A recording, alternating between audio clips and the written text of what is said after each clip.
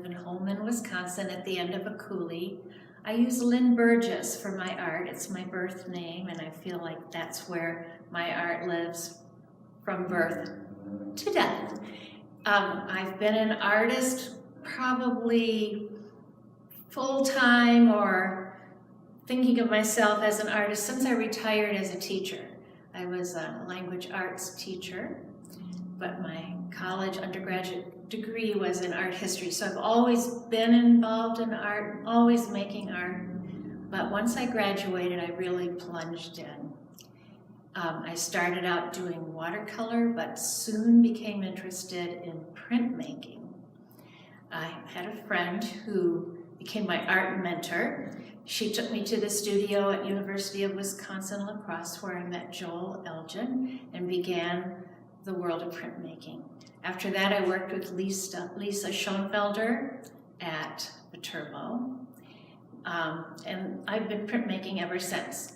I've been fortunate to have a friend, Marianne Stanke, who created a studio in her basement, Brown Dog Studio, where lives an excellent printing press. I try to get there once a week to put my ideas on paper. All right, perfect, Lynne. Thanks for joining us. Which book did you choose for this exhibit? I chose As I Lay Dying by William Faulkner. And why was that?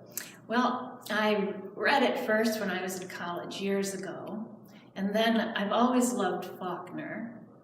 I suggested it to my book group a few years ago, and they all hated it and still laugh at me for loving it, but it has stayed with me. And when I saw the list of banned books, I thought, perfect, I'm going to go back to As I Lay Dying. And what is your creative process? So how was the idea conceived for this exhibit? Well, I reread the book, and as I was reading, I took notes about things that were particularly strong images.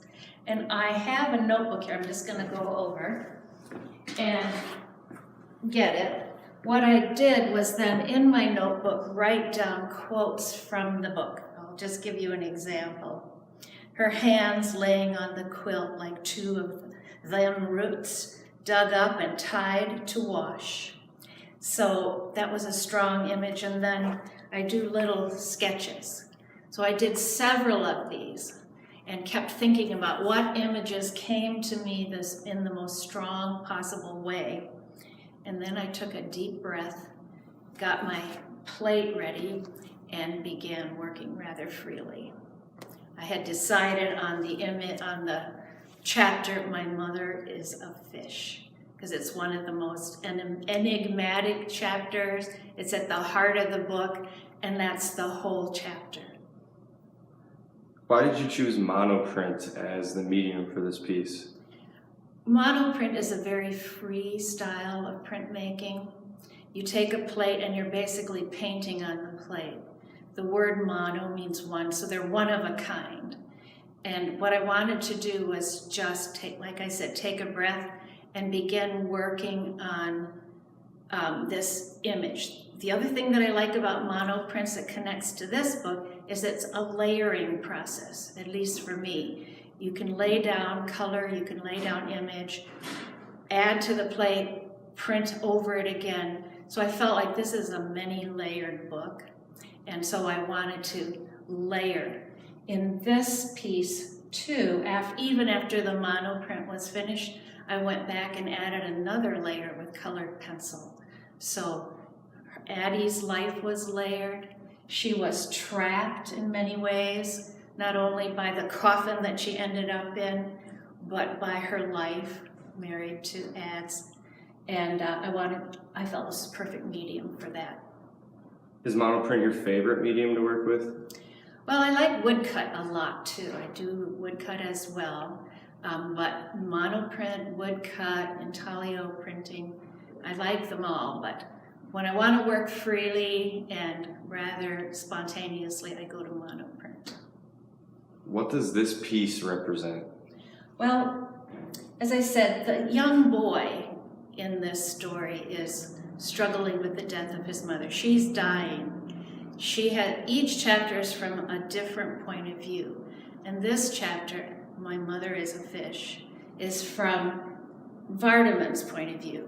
While she's dying, he goes and catches an enormous fish. We don't really know what kind, but I imagine a catfish, almost as big as his body. And he comes bringing it into the farmyard. And then we have the chapter, My Mother is a Fish. He actually has to cut it into pieces, so there's blood and there's guts. And his mother is dying, and we have to try to figure out what's happening as the reader. What would you like the audience to keep in mind while they view this piece? Well, how complicated life and death are, and how the images that talk to us, that speak to us, are not sometimes easily put into words, which is why art is such a wonderful medium. And then, as the creator, what was your favorite part about this piece? Well, I want to compare it to these other two here. As a printmaker, I usually do several versions of an object or an idea. And this one probably was the most uncontrolled of the three. And yet it probably has the strongest image of boundaries. So I felt this one that's sort of human, sort of fish-like, sort of frightening, was the right one to pick.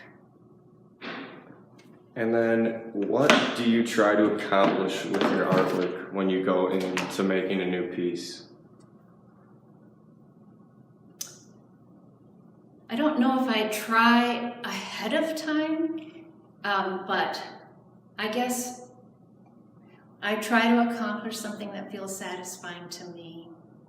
And that's how I know when it's done. I can step back and say, okay, I can't do another thing.